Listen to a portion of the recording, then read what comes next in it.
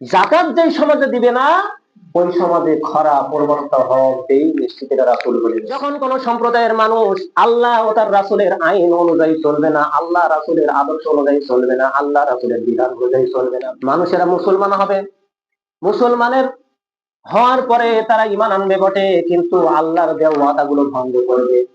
আল্লাহ দেওয়া ওয়াদাগুলো কি? আল্লাহ দেওয়ার ওয়াদাগুলো হলো নামাজ পড়তে হবে, নামাজ প্রতিষ্ঠিত করতে হবে। আল্লাহ দেওয়া ওয়াদা হলো আল্লাহ যে আইন দিয়েছেন এই আইনগুলোকে মানতে হবে। আল্লাহর দেওয়া ওয়াদা আল্লাহ যেভাবে রাসূলুল্লাহ সাল্লাল্লাহু আলাইহি সাল্লামকে শিখিয়েছেন এই বিধানগুলো মেনে নিতে হবে। তুমি থাকো, তোমার মনে পছন্দ হয় আর না হয় কোনো দেখার দরকার নাই, তোমাকে এটা মানতেই হবে, এই বিধানটা চালু করতে হবে, এইটাই ওয়াদাবদ্ধ। যখন কোন সম্প্রদায় সম্প্রদায় সুদ বৃদ্ধি করে দেয়, আল্লাহ সুদকে ধ্বংস করে দেয়, মানুষ যে সুদ নেয় এইটা হলো ধ্বংসের দিক। কিসের দিক? ধ্বংসের দিক। আর যখন মানুষ সাদকা করে, যাকাত দেয়, তখন সেটাকে বৃদ্ধি করে দেয়। আলহামদুলিল্লাহ নাহমাদুহু ওয়া নাস্তাঈনুহু ওয়া নাস্তাগফিরুহু ওয়া নাউযু বিল্লাহি মিন শুরুরি আনফুসিনা ومن سيئات أعمالنا من يهده الله فلا مضل له ومن يضلله فلا هادي له ونشهد أن لا إله إلا الله وحده لا شريك له ونشهد أن سيدنا وسندنا وحبيبنا وطبيبنا وطبيب مولانا محمد صلى الله عليه وعلى آله وأصحابه وبارك وسلم. أعوذ بالله من الشيطان الرجيم. بسم الله الرحمن الرحيم.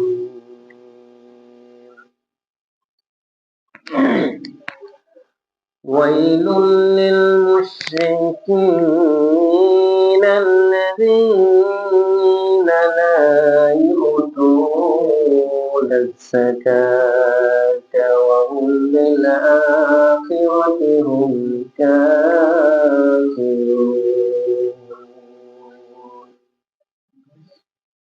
صدقت يا ربنا.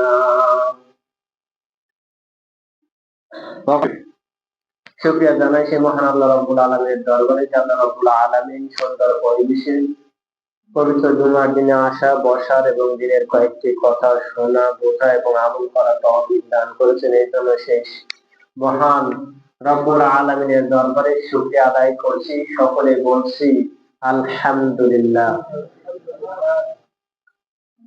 দুরূদ পাঠ করছি তাজদারে মদিনা আহমদ মুস্তাফা খাতামুন নবীন সাইয়্যিদুল মুরসালিন রাহমাতাল লিল আলামিনের রওজা মুবারাকে আমরা সকলে পড়ছি সাল্লাল্লাহু আলাইহি ওয়াসাল্লাম। আজকের আমাদের আলোচনার বিষয় চলছিল, বিগত জুমায় চলেছে, কোন বিষয় কে বলতে পারবে? ওয়াইলুল লিল মুশরিকিন আল্লাযীনা লা ইউতুনা যাকাতা ওয়া হুম বিল আখিরাতি হুম কাফিরুন। এবার কি বলতে পারবে? এই আয়াতের ভিতরে আছে, বলেন বলেন। জাকাতের বিষয়ে। আলহামদুলিল্লাহ, সুন্দর বলেছেন। জাকাতের বিষয় এটা খেয়াল রাখতে হবে যে গত জুমায় কি আলোচনা করছিলাম। যদি বাপের নাম যদি না বলা হয়, যে তোমার বাবার নাম কি মনে নাই, তাহলে কি বলবে? যে আসলে পাগল, এরকম বলতে পারে। তো যাই হোক, এই জন্য প্রতিটা বিষয় আমাদেরকে খেয়াল রাখতে হবে। আল্লাহ রাব্বুল আলামিন এই আয়াতে যে ধ্বংসের কথা বলেছেন, যে ধ্বংস মুশরিকদের জন্য, মুশরিকদের জন্য। তাহলে আমরা গেল দিনে বলেছিলাম যাকাত কিন্তু হিন্দুরা দেয় না, যাকাত কিন্তু খ্রিস্টানেরা দেয় না, যাকাত কিন্তু বৌদ্ধরা দেয় না, যাকাত দেয় কারা? মুসলমানেরা। আর আল্লাহ বলছে ধ্বংস ওই সকল মুশরিকের জন্য যারা যাকাত প্রদান করে না। তাহলে কথাটা কাদেরকে বলছে? মুসলমানদের। এখানে আমরা গেল দিনে আলোচনা রাখছিলাম যে কত অংশ দিতে হবে, এটাও বলছিলাম। যে আমাদের জানা আছে যখন আমরা ঈদ ধানের সিজনে সেচ দিয়ে যখন ফসল উৎপাদন করি, সেচ দিয়ে যখন ফসল উৎপাদন করি তখন কয় ভাগের এক ভাগ দিতে হবে কি বলতে পারছি? এটা 20 ভাগের এক ভাগ। আমাদের মর্জেন সাহেব সুন্দরভাবে উত্তর দিয়েছেন। এবং যদি আকাশের পানিতে বৃষ্টির আকাশের পানিতে যদি হয় উৎপাদন হয়, যদি সেচের পানিতে হয়, ডিবির পানিতে, আমাদের পাম্পের পানিতে, শ্যালোর পানিতে, তাহলে 20 ভাগের এক ভাগ। যদি আকাশের পানিতে হয় তাহলে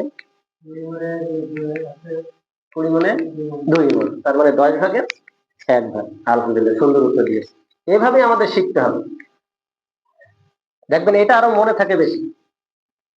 আমি বলে গেলাম, আপনারা বুঝলেন না, পরবর্তীতে একজন বললো বা আমি সাহস করে বলবো এটা ঠিক হচ্ছে কিনা, তাহলে দেখবেন এটাই ঠিক হয়। ভুল থাকলেও শুধরানো যায়, এখানে কিছু বিষয় না। আল্লাহ নবী সাল্লাল্লাহু আলাইহি ওয়াসাল্লাম বলেছেন, যে ব্যক্তি 3টি কাজ করবে, কয়টি কাজ বললাম? 3টি কাজ করবে, সে ইমানের স্বাদ পাবে, মজা পাবে, সবই পাবে। 1 নম্বর হলো আন্নাহু লা ইলাহা ইল্লাল্লাহ, আল্লাহকে ইলাহা বলে ঘোষণা করে নিলে, আল্লাহকে ইলাহা বলে ঘোষণা করে নিলে, আল্লাহকে মাবুদ বলে, আল্লাহকে উপাস্য বলে, আল্লাহকে সমস্ত ইবাদত বন্দিকির আইন কানুন নিয়ম নীতি যা আছে সব একমাত্র আল্লাহকে বিশ্বাস করে নিলে সেই ইমানের স্বাদ গ্রহণ করতে পারে। ওয়া আতাজ যাকাত, আতাজ যাকাতা মালি, 2 নম্বর হলো সে যদি যাকাতের, মালের যাকাত দেয়, ফসলের যাকাত দেয়, মালের যাকাত দেয়, অর্থের যাকাত দেয়, তাহলে সে অবশ্যই পাবে।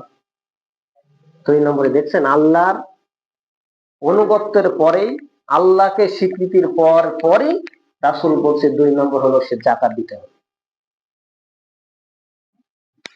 এবং আল্লাহকে মেনে নিতে হবে, যে যাকাত দিবে এটা হলো সেই পবিত্র সম্পদ থেকে দিতে হবে, অবৈধ পথে দিলে হবে না, অবৈধ অর্থ থেকে দিলে যাকাত হবে না। তার মানে আমি যদি অবৈধ অর্থ উপার্জন করে সেইটাই দিই, আমার যা আছে আমার অর্থ উপার্জন নিজে ঘাম খাটা। আল্লাহ নবী সাল্লাল্লাহু আলাইহি ওয়াসাল্লাম বলেন, কোন সম্প্রদায়ের ভিতরে লাম তাহজারিল ফাহিশাতি ফি কওমিহি কত্তু হাত্তা ইউলিনু, যখন কোন সম্প্রদায়ের মধ্যে অশ্লীলতা এমন ভাবে ছড়িয়ে পড়ে, তারা প্রকাশ্যে অপ্রকাশ্যে অশ্লীলতায় লিপ্ত হয়ে যায়, তখন তাদের মধ্যে এমন সব রোগ ব্যাধি ছড়িয়ে পড়ে যা তাদের পূর্বপুরুষ কখনো দেখে নাই, পূর্বপুরুষরা কখনো দেখে নাই। এই যে করোনা ভাইরাস আসছিল, কেউ দেখছে? কখনো হয়েছে এরকম? হয় নাই। এখন যে আধুনিক রোগগুলো আসছে, ক্যান্সার এখন কিন্তু বেশি, অধিকাংশ ক্যান্সার, অধিকাংশ ক্যান্সার, ক্যান্সার রক্তের সমস্যা, হিমোগ্লোবিনের সমস্যা, ব্লাড প্লেটের সমস্যা, এই সমস্যাগুলো যখনই আসছে, এই রোগগুলো কিন্তু আগে ছিল না। এখন দেখবেন যত বিল্ডিং হচ্ছে ভূমিকম্প তত বেশি হচ্ছে। একটু সকালবেলায় চিন্তা করছিলাম, আগে খড়ের চাল ছিল, আল্লাহ আগুন দিয়ে ভয় দেখাচ্ছে, আর এখন বিল্ডিং হয়েছে ভূমিকম্প দিয়ে ভয় দেখাচ্ছে। মানে আমরা যত আধুনিক করছি তত আরো আল্লাহ কঠিন ভাবে দিচ্ছে। এই জন্য দেখেন যে অশ্লীলতা যখন ছড়িয়ে পড়ছিল, ঠিক তখনই রোগ ব্যাধি বেশি করে দিয়েছিল তাম বিশ্বে, বিশেষ করে আমাদের বাংলাদেশের ভিতরে তাকিয়ে দেখেন, করোনা ভাইরাসের যত এলাকায় ধরেছে সেই তুলনায় আমাদের বাংলাদেশে কিন্তু তর্জম হয় না, হয়েছে না? আর সব থেকে ঘন বসতি দেশ হলো আমাদের বাংলাদেশ। এই জন্য অশ্লীলতা যেই সমাজে বেশি হবে, সেই সমাজে নতুন পরিবর্তন আসবে। 2 নম্বর, রাসূলুল্লাহ সাল্লাল্লাহু আলাইহি সাল্লাম বলেন, যখন কোন সম্প্রদায় ওজনে কম ভেজাল দিবে, ওজনে কম দিবে, ভেজাল দিতে থাকবে, তখন তার সম্প্রদায়ে দুর্ভিক্ষ আসবে। কি আসবে? দুর্ভিক্ষ আসবে। সম্প্রদায়ের ভিতরে ভেজাল দেখেন, এখান থেকে কয়েক বছর আগে কিন্তু প্রচুর ভেজাল চলেছে কি চলে নাই? কয়টা বছর গিয়েছে মাঠে পানির সময় পানি নাই, এমন খরা, এমন মুরব্বীরা আছে যে এমন খরাও অনেকেই দেখে না। কয়েক বছর আগে না হয়েছে, এবছরে তো ভালোই দিয়েছে আল্লাহ পাক। এই বৃষ্টি আসার লক্ষণ আছে। বৃষ্টিতে বন্যায়, বৃষ্টি বন্যা যখন হয় তখন মনে করতে হবে কপাল ভালো। কারণ কিয়ামতের আগেও যখন ইয়াজুজ মাজুজ সম্প্রদায় আসবে, এসে আমাদের সাধারণ মানুষের উপরে হামলা করবে, মানুষদেরকে খেয়ে ফেলবে, মানুষদেরকে মেরে ফেলবে, মানুষদেরকে কেটে ফেলবে, মানুষদেরকে ইচ্ছা মতন তারা যা ইচ্ছা তাই করতে পারবে। সেই সম্প্রদায় যখন ঈসা আলাইহিস সালাম যখন আসবেন, আর তাদেরকে যখন ধ্বংস করে দেওয়া হবে, মারা হবে, কাটা হবে, তখন পৃথিবীর বুকে তারা এত পরিমাণ মরবে, মরার পরে পৃথিবীটা দুর্গন্ধময় হয়ে যাবে। এই দুর্গন্ধময়ের জন্য ঈসা আলাইহিস সালামের সঙ্গী সাথীরা তারা দোয়া করবেন, রব্বুল আলামিন এই গন্ধ আমাদের আর সহ্য হচ্ছে না। তখন শুধুমাত্র দুইটা দল থাকবে, একটা থাকবে আল্লাহর পথে, আর একটা থাকবে ইয়াজুজ মাজুজের পথে, কাফেরদের পথে। রব্বুল আলামিন বৃষ্টি দিবেন,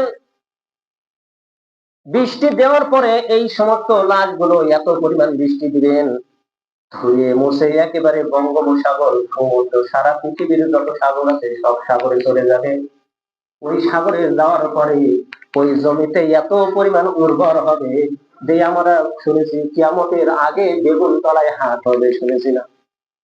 এটা সত্য কথা। বেগুন তলায় হাট হবে, একটা কমলার নিচে, কমলার একটা খোসার নিচেই মানুষের একটা সংসার বসবাস করতে পারবে। ওই যে লাশটা যখন ধুয়ে যাবে, ওই মাটিতে এত পরিমাণ উর্বর রব্বুল আলামিন দিয়ে দিবেন, সেই সময় একটা বেগুন গাছ অনেক বড় হয়ে যাবে।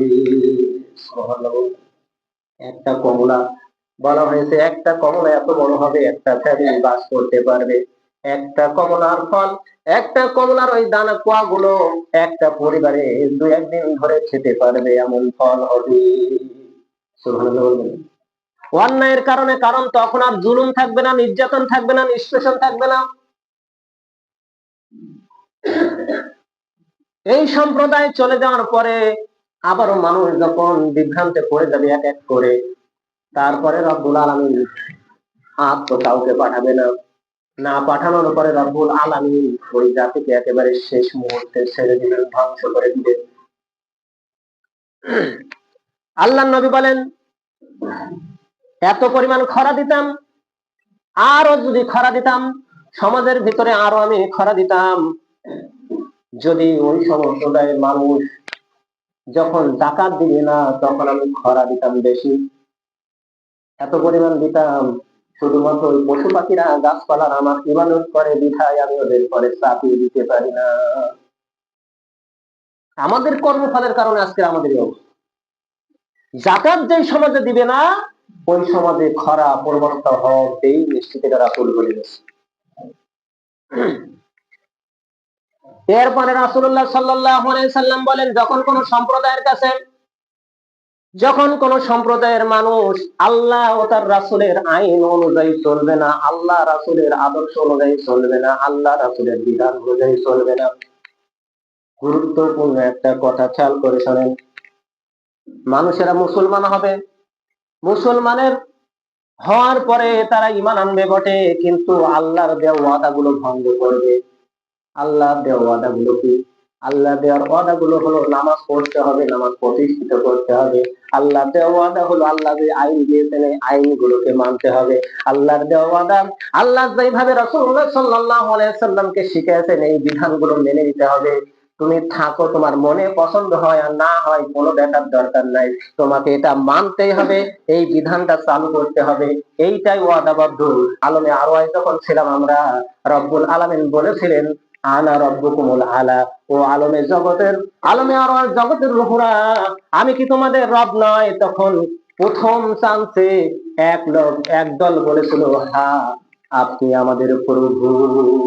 সেই সমস্ত মুফাসসিরগণ বলেন ওই এক চান্সে এক বাক্যে যারা জোর গলায় বলেছিল তারা হলো আম্বিয়া কেরাম, নবী আলাইহিস সালাম। দ্বিতীয়বারে আবার আল্লাহ রাব্বুল আলামিন প্রশ্ন করেছিল যে আমি কি তোমাদের প্রভু নয়? কিছু সংখ্যক লোক আবার একটু বলেছিল, হ্যাঁ আপনি আমাদের প্রভু। তবে এর ভিতরে রব্বুল আলামিন তাদেরকে আবার একটু রুহের খাদ্য বন্ধ করে দিয়েছিল। এই জন্য মানুষকে যখন খাদ্য বন্ধ হয়ে যায়, মানুষ কিন্তু সোজা হয়ে যায়। তখন দ্বিতীয়বারে আমরা সকলেই বলেছিলাম, হ্যাঁ আপনি আমাদের প্রভু।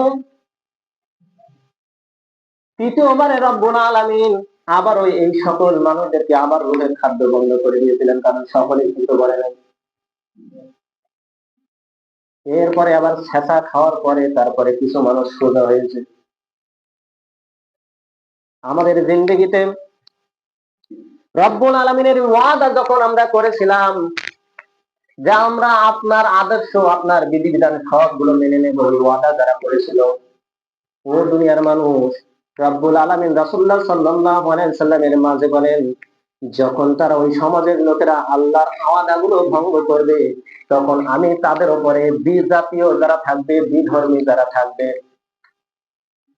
বিজাতীয় সংস্কৃতি, বিজাতীয় জালেম নেতাদেরকে আমি তাদের সমাজে বসিয়ে দেব, যার কারণে তারা যেন ওদেরকে পিটিয়ে পাটিয়ে মেরে এক জায়গায় করতে পারে। দীর্ঘদিন করে নেই, করেছে। কেন যে আলেমরা দীর্ঘদিন সব আলেমদেরকে জেলখানায় পড়া হয়েছে। ওর কারণ তো দোষ তো নেতাদের না, দোষ যারা দায়িত্ব ছিল তাদের না, দোষ হলো আমাদের। কারণ আমরা যদি আল্লাহর বিধানগুলোকে সবগুলো মানতাম, আমার ওয়াদা গুলোকে ভঙ্গ না করতাম, রব্বুল আলামিন আমাদেরকে ওই জায়গায় ওই রকম ধরনের লোক বসাতো না। দোষ তাদের না, দোষটা আমাদের বেশি। এই জন্য যাকাত অবশ্যই দিতে হবে। যাকাত যদি না দেন, আমাদের সমাজের বিশৃঙ্খলা, বিভিন্ন রকম বিষয়গুলো তৈরি হয়ে যাবে। এই হাদিসটা পাবেন ইবনে মাজাহ, সুনান ইবনে মাজাহ 2 নম্বর খণ্ডে 1332 নম্বর হাদিস। এটা হাইসামি মাজমাউ জাওয়াইদের 5 নম্বর খণ্ডে 318 নম্বর হাদিস। এটা রাসূলুল্লাহ সাল্লাল্লাহু আলাইহি সাল্লাম বলে গেছেন, কখনো মিথ্যা কথা হতে পারে না, কথাগুলো ঈমানের সাথে বিশ্বাস করে নিতে হবে। এই ঘটনাগুলো ঘটবে। সুতরাং যাকাত যারা দেবে না, ফসলের যাকাতও যারা দেবে না, ওসরও যারা দিবে না, ওই ব্যক্তিদের কারণে, আমাদের নিজেদের কারণে আমরাও কিন্তু দোষী হয়ে যাচ্ছি। আল্লাহকে দোষ দেওয়ার কোনো লাইন নাই।